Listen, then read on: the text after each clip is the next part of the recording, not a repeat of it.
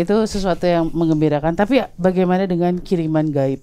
Sama aku ditunjuk terus aku bacain ayat kursi, tiba-tiba gini, blok, mati ke bawah. Hati-hati Neng, kata gitu. Hati-hati bikin channel yang menunjukkan kemampuan kita tuh, ya otomatis itu merangsang orang untuk uji juga, mencoba gitu. Dan cari tahu seberapa kuat gitu kita.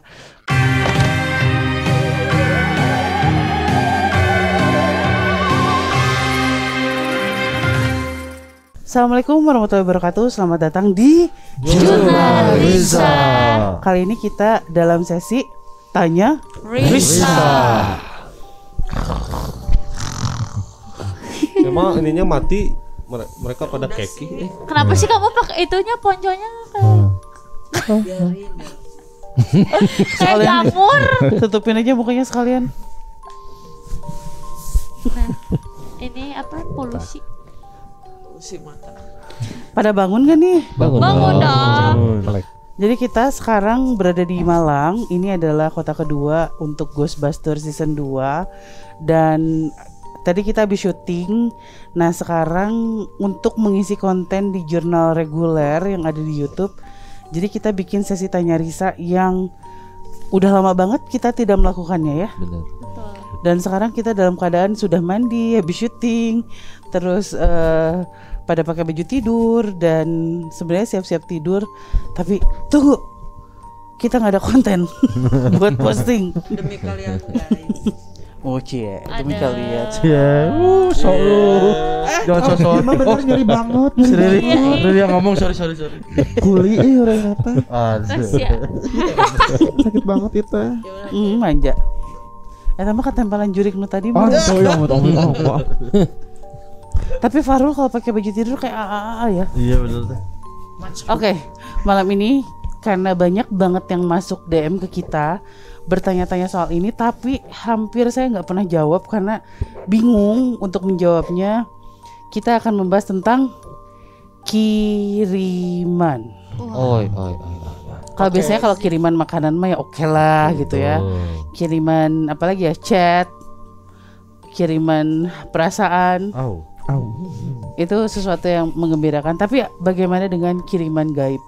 Walaupun ini tahun 2021, tapi nyatanya banyak orang yang masih percaya bahwa salah satu jalan untuk mempercepat keinginan, untuk membalaskan dendam, untuk memuluskan jalan, untuk menyingkirkan musuh adalah dengan mengirim sesuatu.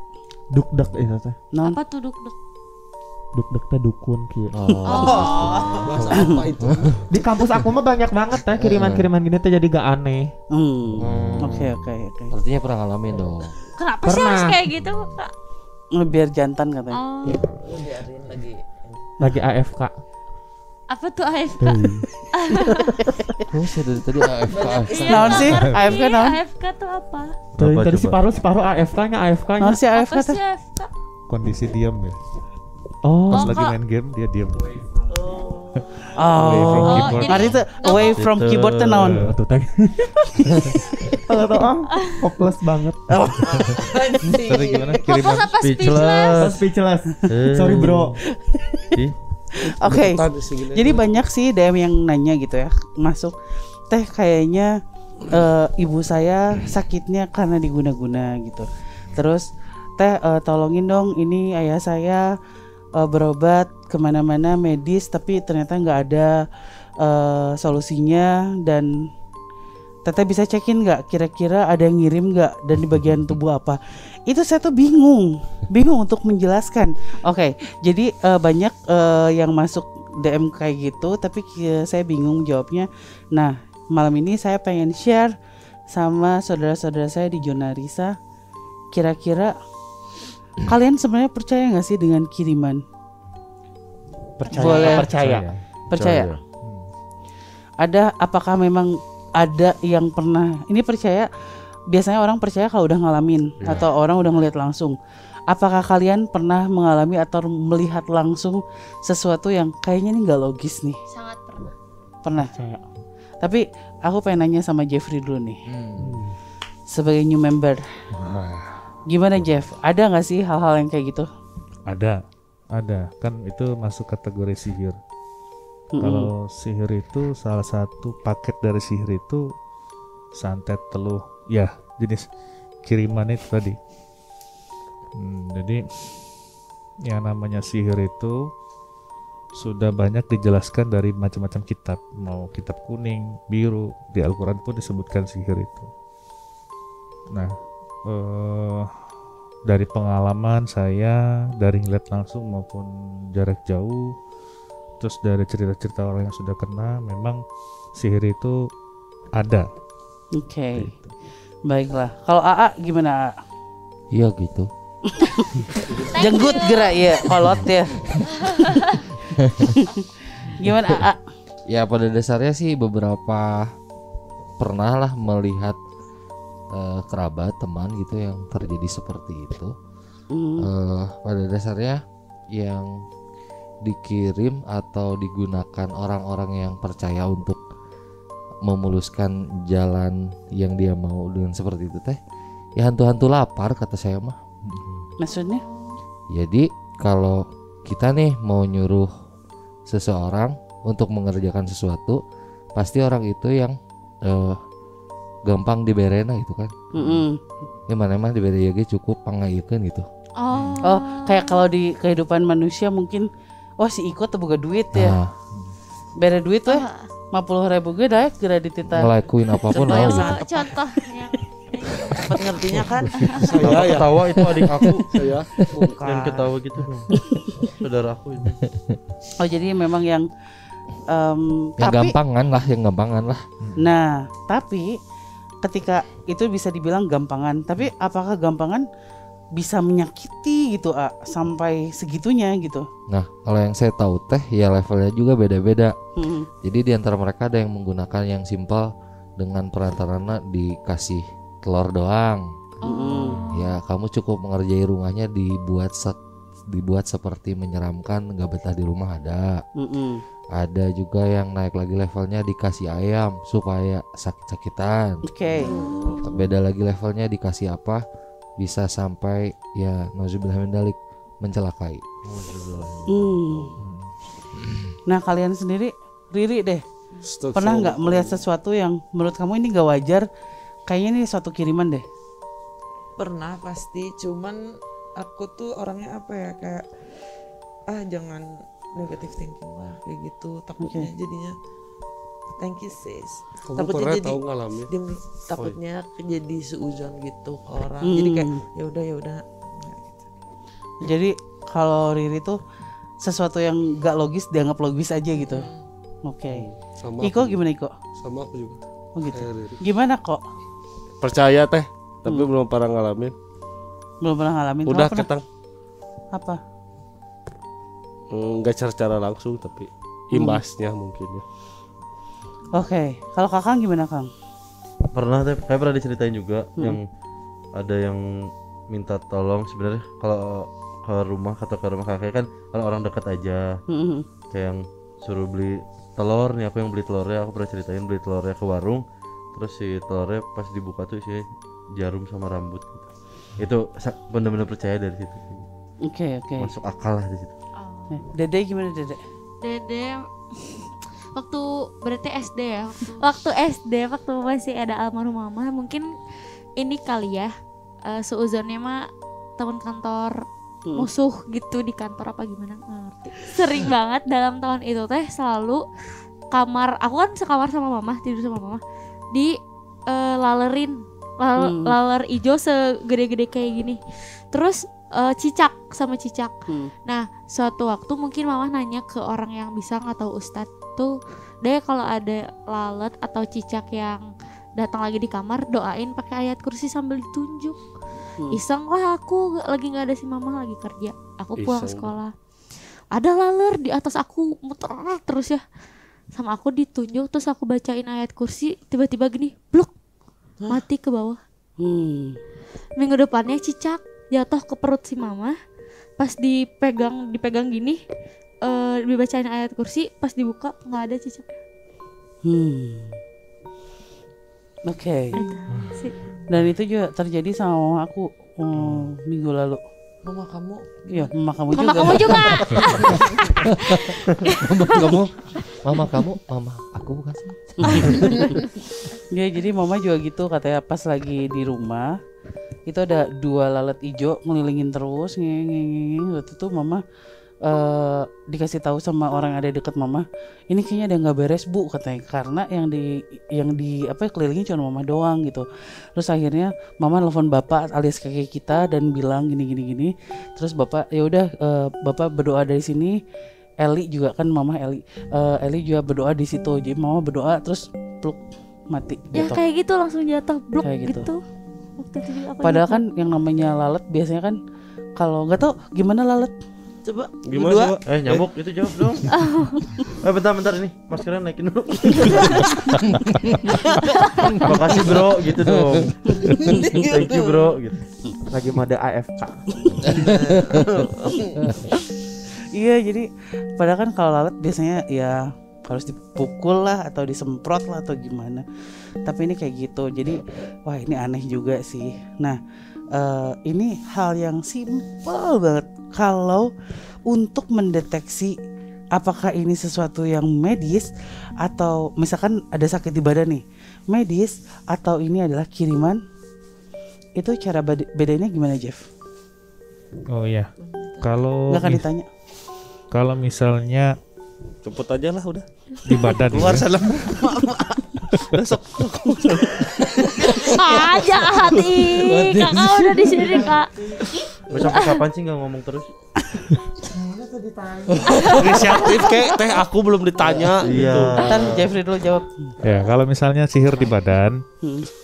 biasanya baca ini ada doanya hifzuhuma wa huwa aliyul azim. Nah, tahan nafas. Kalau bisa tengah malam duduk baca itu. Kalau badan merinding semua, keringetan, mual, nah bisa jadi di badan ada sihir. Oh. Kalau di ruangan kan ada kayak laler tadi. Nah, kalau ruangan cipratin air garam di setiap pojokan rumah. Kalau misalnya laler tiba-tiba mati semua, nah itu pertanda memang sihir seperti yang sampaikan yang kelasnya tadi ya, bikin rumah jadi gak nyaman.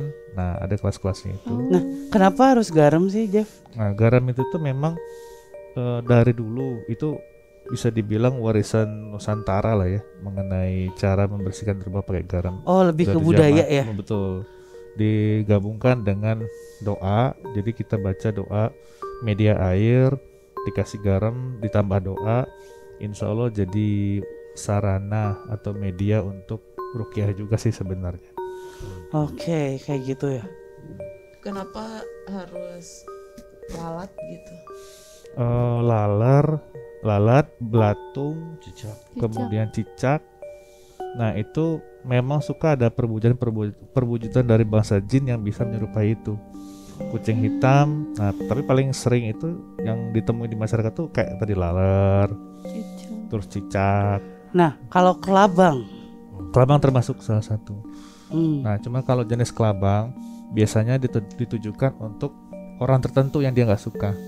Oh. Jadi misalnya dari sekian banyak gak suka sama siapa, nah kelabang itu yang ditujukan itu. Kelabang. Nah fokusnya kemana? Kalian ada yang nggak suka sama kita ya? Ngirim kelabang ini. Ih, teh aku jadi ingat kejadian. Khawatir sih ta. Kelabang keluarga anak bangsa. Ya. Ingat apa? Jadi ingat waktu kejadian tahun 2000 berapa gitu ya, puasa lebaran tahun berapa aku lupa. Kita lagi makan, ada kamu kayaknya, ada kita Kenapa? semua lagi makan di salah satu tempat makan di Bandung. Tiba-tiba kursi yang bapak kakek kita dudukin, kaki kursinya patah satu. Jatuh tiba-tiba kan, udah dari duduk jatuh tiba-tiba, kaget semua. Tapi kita tetap lanjutin makan sampai akhirnya pulang.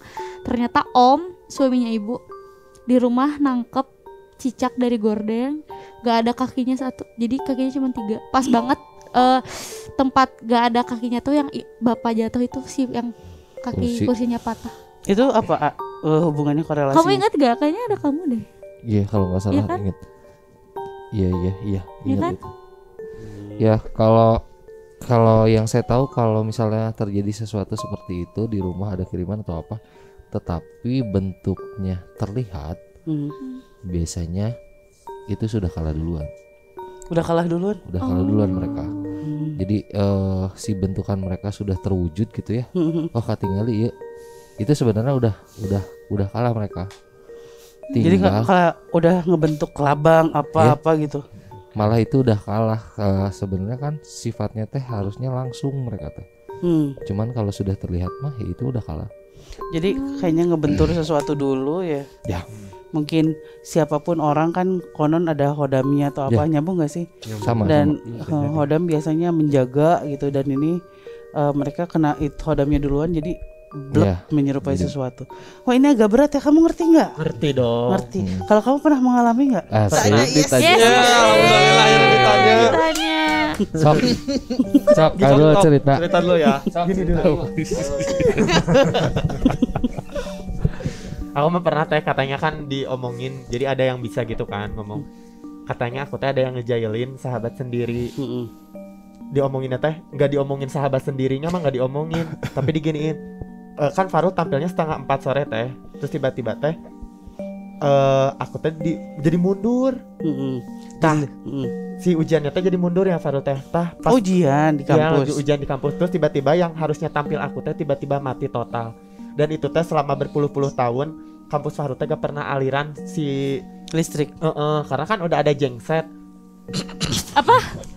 Jeng. Terus gimana? Seriusan Pak. Benar. Seriusan. Genset, jenglot Jeng- gitu kan sejenis.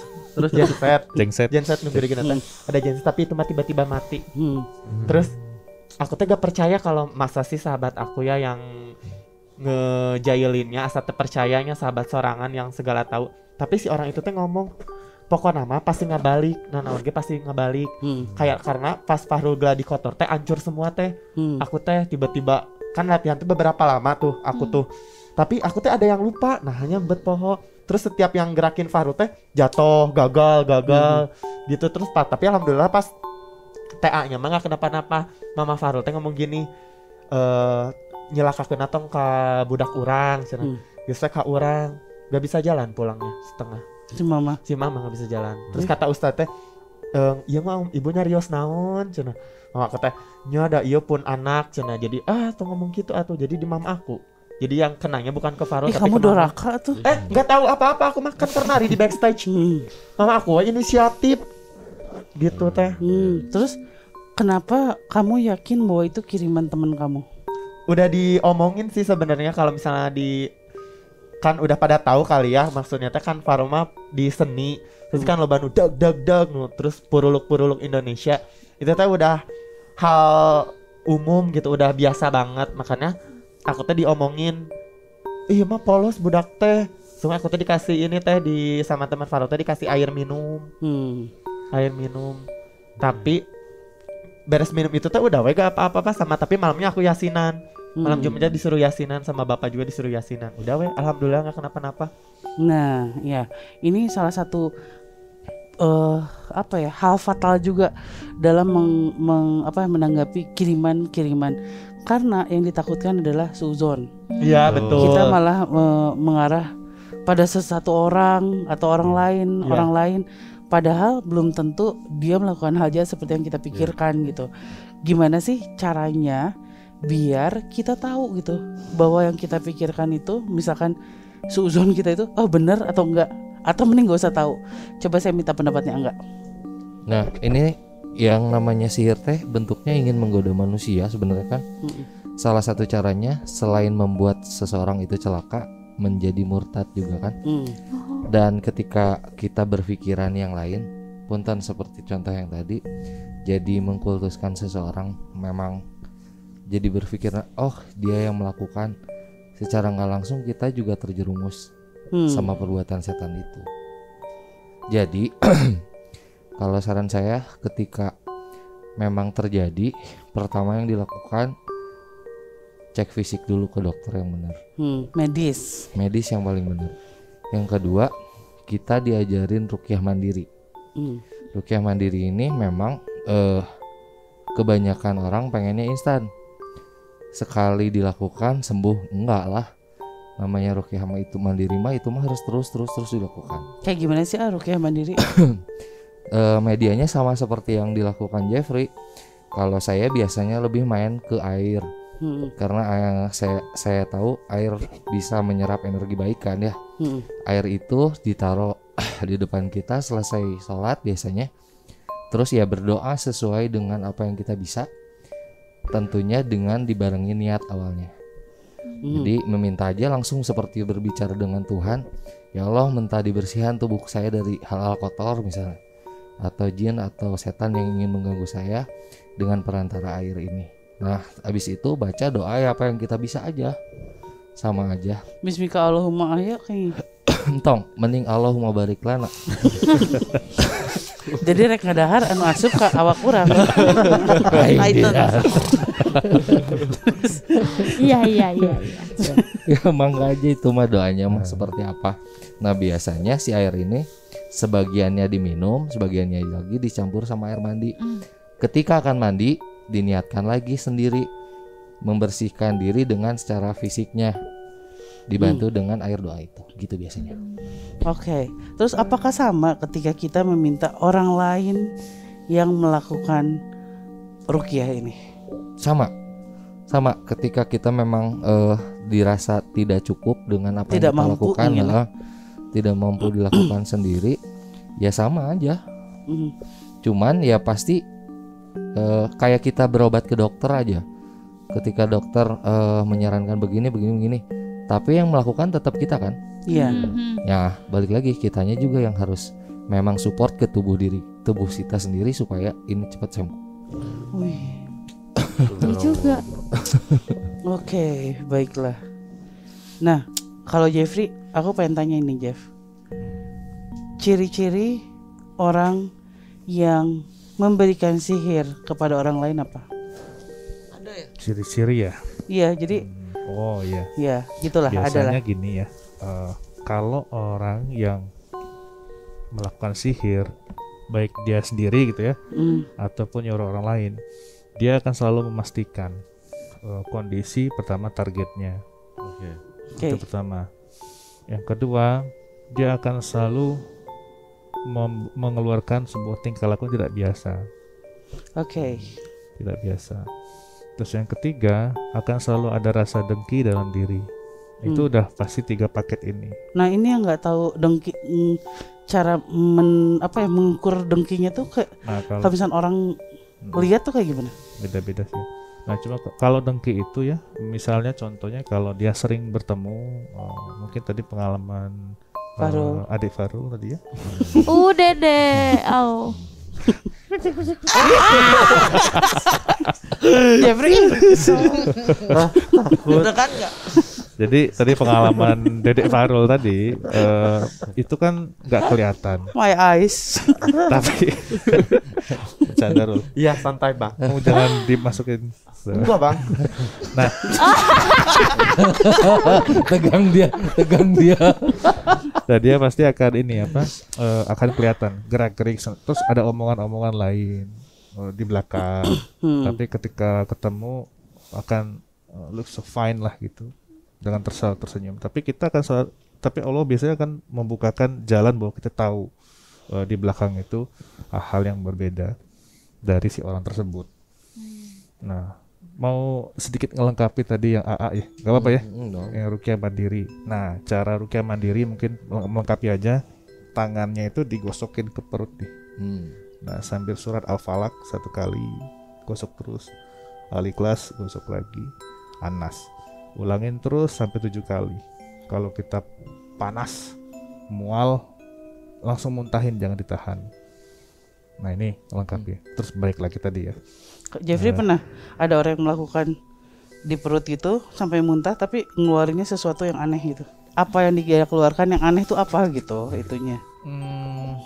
Dulu pernah ada yang ruqyah mandiri kebetulan ke rumah gitu ya. Yang keluar tuh rambut sama biji-bijian.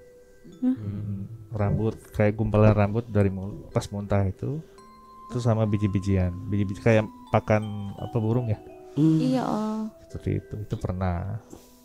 Terus yang kedua pernah yang saya pernah share itu ya, jin langsung ya dari mulutnya keluar, pernah sampai ibunya nadah gini kan, si makhluk itu kelihatan tuh terbang-terbang gitu, semua orang bisa lihat, dipegang gini sama ibunya, itu juga pernah. Wow. Jadi sihir ini memang bahayanya kalau di pelakunya itu benar-benar punya rasa hasad, dengki yang besar gitu. Karena gak akan berhenti itu sampai dia ngalamin sendiri, berbalik ke dia baru berhenti biasanya. Guys, buat kalian semua yang tahu apa sih akibatnya buat orang yang suka ngirimin sihir.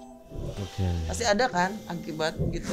Aku ada pengalaman sedikit. Apa? Nggak akan diceritain detail ya karena sangat sensitif. Jadi Punten jadi pernah ada cerita gitulah ya, lumayan ekstrim itu walau alam, karena nggak mau jadi suuzon teh, dia dapat pelajaran penting itu ya. Jadi pernah ada satu kejadian dikirim orang dekat juga sampai dia sakit akhirnya meninggal. Ternyata akhir belak-belakan dan ya kondisinya jadi kayak Bang Jeffrey ceritain. Oh ya, kelihatan banget nih si orang yang ngirim sesuatu itu. Terus katanya malah ngebalik dan hancur-hancuran hidupnya sekarang. Ya Allah. Kayak hancur-hancuran, terus kayak apa yang kerasa di orang yang dia kirim ngebalik ke dia, sakit-sakitan juga sekarang. Oh iya ya, justru ngebalik ya. Nah kalau aku sih penasaran, kalau misalkan ada seseorang yang jadi korban amit-amit ya sampai meninggal dunia karena sihir, apa yang terjadi sama mereka? Itu yang aku kepoin juga. Ada yang tahu nggak? Itu pernah kejadian sama cerita bapak teh zaman dulu Neng. Jadi salah satu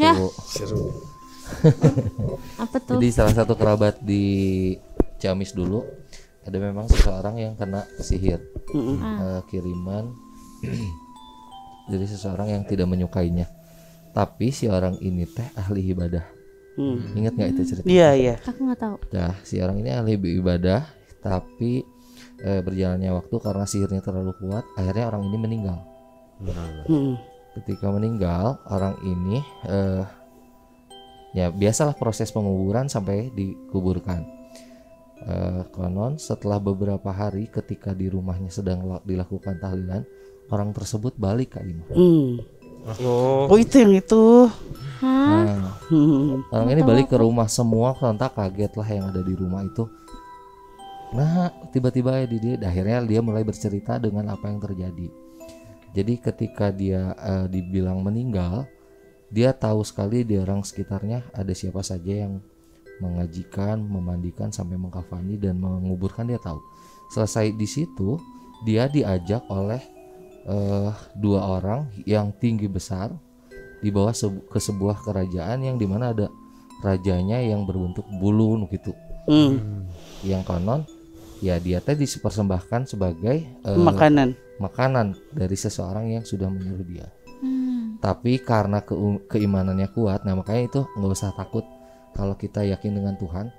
Keimanannya kuat, ketika di sana pun dia terus berzikir. Dia bilang pas mau disamperin sama rajanya, si rajanya mental. Oh maneh mah lain dahareun urang. Balik deui we maneh ieu urang mere oleh-oleh ke maneh. Waktu itu kalau nggak salah dia dititipi besi kecil seperti naon jarum tapi agak tebal katanya. Pulanglah ketika bangun dan balik ke rumah pun itu dipegang. Selesai dari situ malah dia jadi bisa mengobati orang. Gitu. Wow. Jadi kondisinya ya gitu, kalau ditumbalkan memang ya jadi akan diarahkan ke sana. Tapi doa dari keluarga, sifat baik kita itu tetap yang akan menolong kita.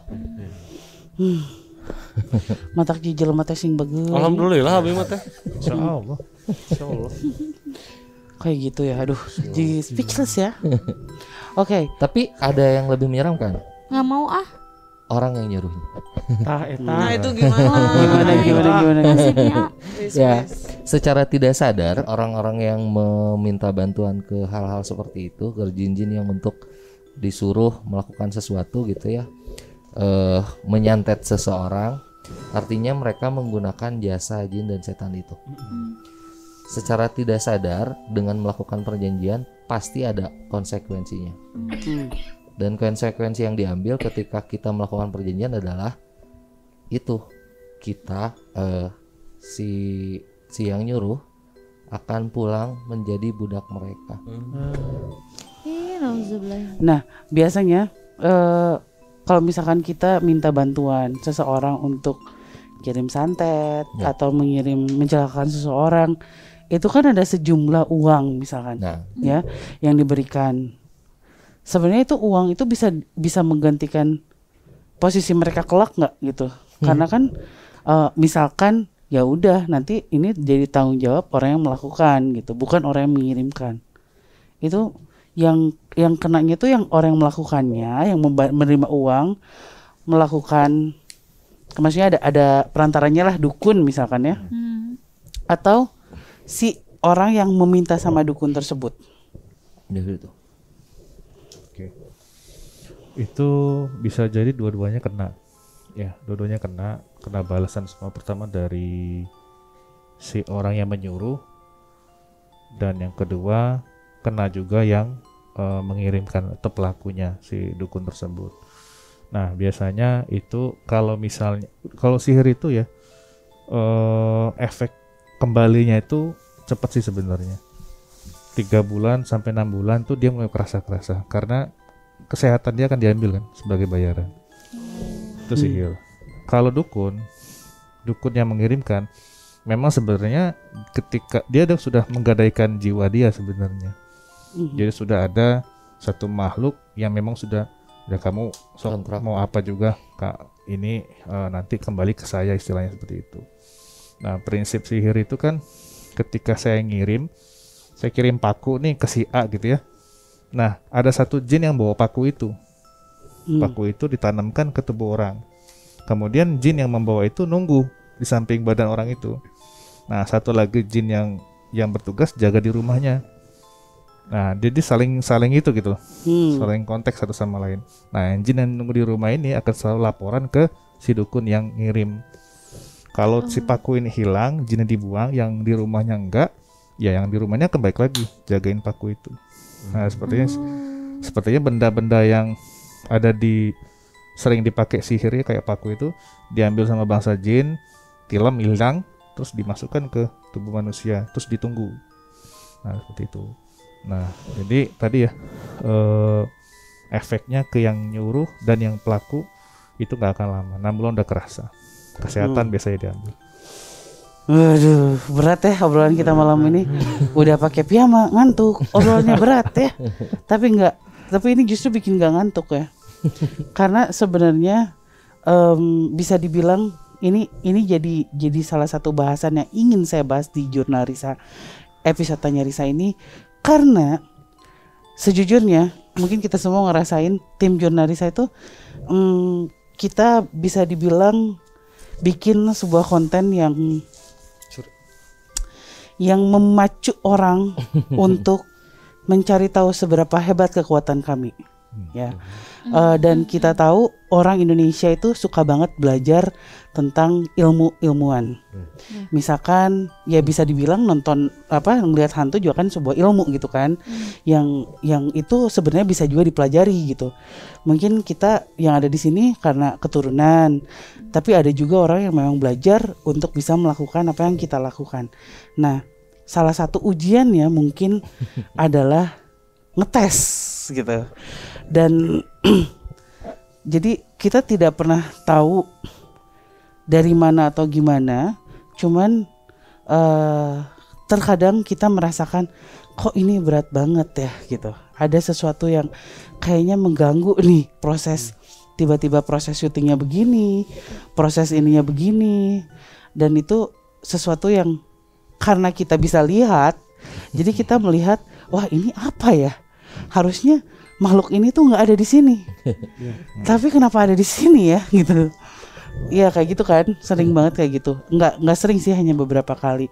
Bahkan ada satu momen di mana ketika kita datang ke tempat syuting, ada legenda tentang cerita hantu A Nah kita bertemu dengan hantu A ini dan dia bilang,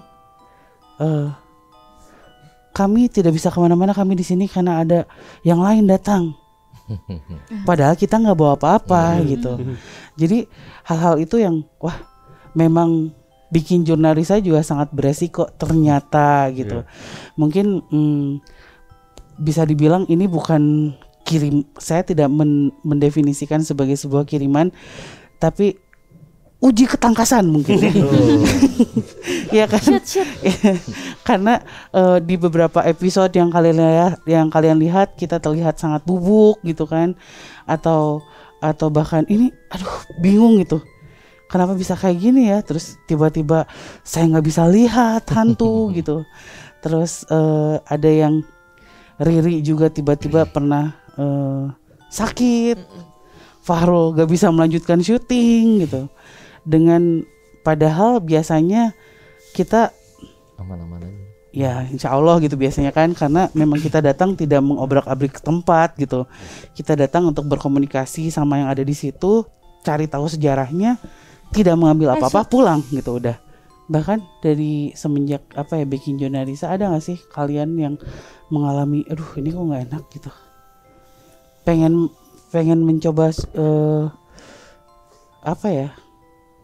ya udahlah ini mungkin kesalahan saya bawa dari lokasi gitu, tapi aduh ini mah bukan hantu yang ada di lokasi gitu. Pernah gak sih kalian ngalamin kayak gitu?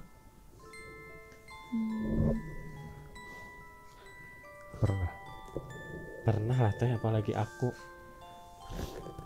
Kenapa kamu?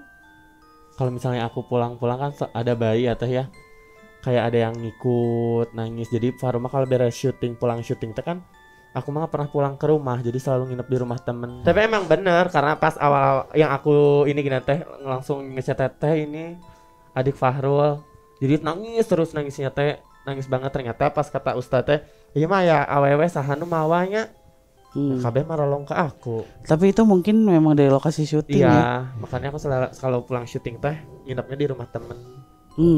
Iya. Oke. Paham lah ya, paham ya.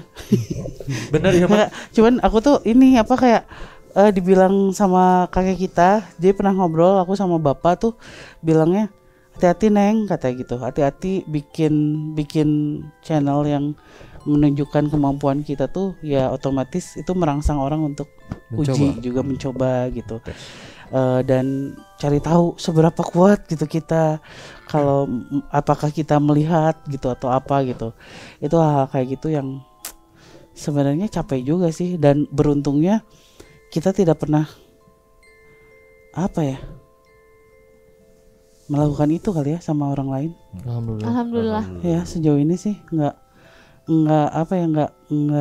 mencoba ataupun pengen tahu orang lain. Iya, nggak lantas jadi gue juga gini karena ya udahlah, toh kita juga kemampuan ada batasnya gitu, yang kita juga nggak bisa selalu dianggap benar atau gimana. Cuman kemarin tuh sempet saya lagi tidur, nggak tidur, cuman posisinya tiduran, terus matanya ke TV, terus dari perut tuh keluar asap gitu. Oh keren. Awalnya kan kirain halu gitu, terus udah gitu lihat lagi, pas lihat lagi ada lagi asap lagi gitu. Asap kayak asap rokok gitu. Padahal tidak ada yang merokok di kamar gitu, dan itu keluar asap. Tapi begitu, karena mungkin biasanya habis syuting itu kan yang kita semua lakukan mandi, wudhu gitu, terus baca doa dan lain-lain ya sebelum tidur. Nah itu yang saya lakukan waktu itu habis syuting, mandi, wudhu, baca doa, terus malamnya kayak gitu. Nah begitu saya tanyain sama bapak, sama teman-teman, sama Jeffrey juga, sama saudara-saudara, jawabannya tuh kompak gitu. Sesuatu yang ada di tubuh kita yang negatif tuh keluar gitu. Mungkin dari obrolan kita hari ini atau malam ini ya, ternyata segala sesuatu tuh ada sebab akibatnya gitu. Ya sebenarnya benar gak sih ketika kita merasa ini ada yang gak beres nih, kayak ada sesuatu yang di luar nalar, Emang sesuatu yang gak enak, tapi justru sebenarnya sesuatu yang mengganggu kita, benar gak sih jadi pahala buat kita? Maksudnya kalau kita nggak coba ngebales Iya. atau Iya, dendam, bener. itu kan pasti. Iya nggak sih? Kelas. Tapi teh kadang misalnya gini nih, Fahrul teh dicelakain misalnya teh sama Bang Jeffrey. Terus misal terus teh bilang kamu kayaknya nanti yang misalnya teh ada sesuatu nanti orang itu bakal balik. Jadi ngebalik Bang Jeffrey itu sahabat Fahrul nih. Tapi tiba-tiba teh bukan Bang Jeffrey. Orang lain yang ngejalin tapi yang kenanya Bang Jeffrey tah. Itu teh gimana ya, Oh, Bang? jadi kayak di Switch jadi gitu. kambing hitam kan gitu. Ya, gimana itu teh kalau gitu, Bang? Kamu ngomong apa? Jadi ulangin coba. Ulangin. Aku aja aku nggak. Jadi Farul teh seuzon sama si A misalnya. Enggak seuzon, jadi orang itu teh Orang bilang itu ini. Saya ternyata bukan si ini. Iya. Satu lagi. Terus malah ini yang kena gitu. Iya. Enggak. Dia akan tetap kena ke yang siapa yang ngirim itu. Jadi istilahnya itu umumnya karmanya itu gak akan kena ke situ. Kalaupun dia tiba-tiba sakit, ya karena emang sakit. Sudah ininya dia aja. Gitu. Ya intinya ya memang setiap ya sebab pasti ada akibatnya gitu. Dan ini walaupun terkesan sangat instan gitu, tapi ya bisa mencelakai seumur hidup sih. Amit-amit Ya nggak sih, Allah. amit-amit dari rezeki, dari bahkan mungkin keluarga sekitar juga merasakan gitu, tiba-tiba ada sesuatu yang harus dikorbankan gitu. Dan hal yang paling mujarab yang pernah, maksudnya saya alami sendiri adalah ketika kita merasa ada di titik bawah. Kadang kan kalau misalkan lagi pusing, lagi banyak pikiran, kita selalu mencoba menyalahkan orang lain gak sih? Kita mencari tahu kambing hitamnya siapa sih yang bikin gua kayak gini gitu. Walaupun sebenarnya itu masalah terjadi karena diri sendiri, karena kita memang lagi banyak pikiran atau apa. Cuman kan manusia selalu mencari kesalahan orang supaya dijadiin pembelaan gitu. Itu mah sifat dasar kan. Nah, ketika saat terendah kayak gitu, hal yang paling mujarab buat saya sih menyerahkan kembali sama Allah sih. Ya nggak sih? Biar dibalasnya sama Iya, yang di maksudnya atas. dan saya sih buat pada saat titik-titik terendah itu tidak berdoa untuk membalas sama Allah nih, tapi ya Allah sembuhkanlah diri saya gitu. Minimal dari pikiran-pikiran buruk tentang orang lain. Betul. Tapi kalian di rumah pasti membutuhkan beberapa solusi untuk menangkal hal-hal yang aneh untuk rumah. Banyak banget yang nanya sama saya untuk bayi gitu ya. Karena bayi kan sensitif banget, kayak tadi ponakannya Fahrul. Untuk keluarga misalkan, ini si Iko mau naik gunung nih biar aman sentosa di jalan, gimana misalkan gitu ya. Biasanya kan kalau misalkan kayak gitu budaya terus ya mistis pasti berhubungan gitu. Kalian punya saran gak nih dari dua orang kakak-kakak ini, hal yang paling simpel gitu untuk menjaga diri? Gak apa-apa mencampurkan, maksudnya Jeffrey dengan budayanya misalkan ya, mendalami budayanya, terus Angga dengan cara yang menurut saya gitu. Iya gitu menurut Angga. Silakan Mas Jeffrey. Baiklah, terima kasih. Nah, jadi kalau hal tersimpel untuk kita proteksi diri istilahnya mungkin ya, agar terhindar dari segala macam hal-hal yang negatif, salah satunya sihir tadi, itu lakukan mandi tasbih. Nah, sudah dari tahu belum mandi tasbih? Belum. Nah, mandi tasbih ini caranya simpel sih. Cukup tadi ya, baca ayat kursi 1 kali, lanjut ke Al-Falaq, Al-Ikhlas, An-Nas, terus tiup ke telapak tangan, gosokin semua seluruh tubuh. Oke. Nah, itu pada saat mandi gitu. Atau misalkan kita sebelum lagi tidur, sholat, habis sholat. Nah, Oke. kalau untuk anak bayi, ibunya seperti itu, usapkan ke seluruhnya. Nah, kalau untuk anak-anak dari usia dia sudah bisa jalan ya, atau sudah bisa dimandiin gitu anaknya. Kalau gejalanya itu dia nggak bisa tidur, terus matanya melotot terus, ngelihat ke satu titik gitu. ketakutan, atau sifatnya jadi agresif. Pertama kita cek dulu habis dari mana gitu. Bawa anaknya dari mana, itu dulu pokoknya. Ingat-ingat kalau kita habis melewati tempat-tempat yang memang dirasa angker, oh iya habis pulang dari ngelayat, habis pulang dari kubur atau mana, nah berarti bisa jadi masuk kategori sawanan teh. Sawan. Sawan iya. ya. Nah jadi caranya kalau untuk sawan ini ibunya berwudu, air wudunya ditampung kecuali kumur-kumur sama kaki. Kemudian dimandikan atau diseka ke anaknya, insya Allah sebagai penetralisir sawan itu. Oke, Jeff, tapi kan nggak semua yang nonton Jurnalisa itu Muslim gitu. Ada nggak sih doa yang maksudnya yang universal tuh seperti apa gitu? Oke, nah yang universal kalau misalnya untuk anaknya yang sakit gitu ya atau gangguan, cukup tadi digosokkan telapak tangannya seperti ini ya, digosokkan sampai panas, terus dia berdoa sesuai keyakinannya. Kening anak itu pegang, hadapannya gini ya, pegang, terus dari atas kepala belakang diusap ke bawah sampai tulang ekor 3 kali dengan bermohon kepada Tuhan agar diberikan perlindungan. Itu aja sih. Tapi digosok dulu ya. Ini tujuannya membangkitkan energi inti diri manusia itu sendiri. Nah, seperti itu. Tempelkan terus gosokkan. Itu sudah cukup untuk, insya Allah sudah cukup untuk memproteksi diri. Proteksi terus membuang negatif yang dalam tubuh anaknya itu. Itu bisa dilakukan sama diri sendiri juga kan? Sendiri bisa. Untuk membuang negatif gitu. Sering-sering ya Sam. Nah, kalau rumah Waduh, bingung. Kitanya kayak bukannya nanam tanaman tertentu. Bener nggak sih kalau tanaman atau bisa pakai bawang atau mungkin melihara binatang gitu? Kalau bawang-bawang yang ditusuk disimpan di pintu itu tuh apa sih fungsinya? Sama nggak sih? Sama ya. Sama karena di antara mereka teh ada beberapa barang yang memang tidak disukai ya, salah satunya bawang yang ditusuk-tusuk terus akhirnya ada cabe ya di belakangnya. Itu ada filosofinya, saya lupa, tapi selain itu buat penjagaan rumah mah ada beberapa cara. Yang pertama Neng tadi bilang bisa dengan menanam pohon. Pohon apa aja sih yang bisa dipakai? Ada yang pakai bambu kuning, kemudian ada yang pakai naon nu beureum teh? Hanjuang beureum. Hanjuang merah itu juga salah satu penangkal. Atau bisa juga sama bukan menumbalkan hewan peliharaan atau ya.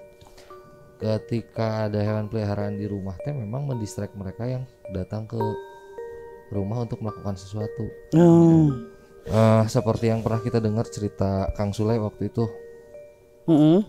Jadi ketika itu dia punya seekor anjing yang memang dia sayang banget. Pak Irfan juga pernah cerita Neng. Jadi dia merasakan ada sesuatu yang berbeda di rumah, seperti hal yang lain dan ganjil gitu. Tapi ketika ada binatang-binatang gitu ya memang seperti menumbalkan, tapi akhirnya apa yang harusnya terjadi kepada si pemilik jatuhnya ke makhluk-makhluk yang disayangi. Ya, padahal sebenarnya kalau aku dengar kayak misalkan ada pelihara kura-kura, ikan gitu. Biasanya kan mereka yang akan mengganggu kita malah main-main dulu gitu sama binatangnya. Katanya ada beberapa yang bilang kayak gitu.